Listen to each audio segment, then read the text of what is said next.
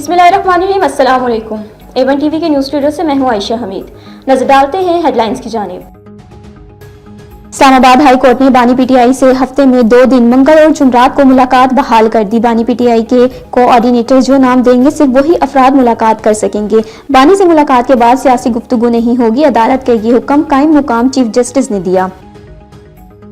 डेरा गाजी खान में जंगी check post पर दहशतगर्दों का एक और हमला। कस्बा 20 से 25 से फायरिंग हो रही थी। दहशतगर्दों ने जदीद असले से मुख्तलिफ एतराफ से हमला किया। भरपूर जवाबी कार्रवाई के बाइस दहशतगर्द फरार हो गए।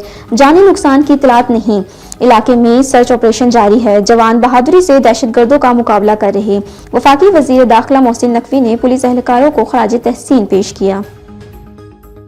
IG खैबर पख्तूनख्वा ने सूबे को हार्ड एरिया करार देने का मुतालबा कर दिया। वजीर आजम से पुलिस की तनख्वाहें बलूचिस्तान पुलिस के बराबर करने की दरख्वास्त की। खत में लिखा कि तनख्वाहों में फर्क से पुलिस में अदम इत्मीनान पैदा हो रहा है।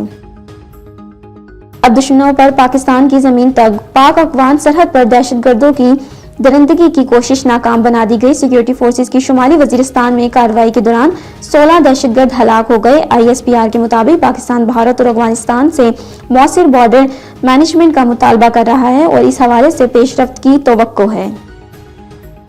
बिलावल भुट्टो जरदारी ने कहा है कि किनाल्स का मामला हर फॉर्म पर उठा रहे हैं और भरपूर अंदाज में हिकमत अमली के साथ तहरीक शुरू करेंगे। आने वाले वफाकी बजट से मुतल्लिक तैयारियां शुरू कर दी गई हैं। अवाम दोस्त बजट के लिए तजावीज दी जाएंगी। उन्होंने मजीद कहा कि दहशतगर्दी के खिलाफ हुकूमत को मजीद इत्तफाक़ी राय पैदा करने के लिए काम करना होगा।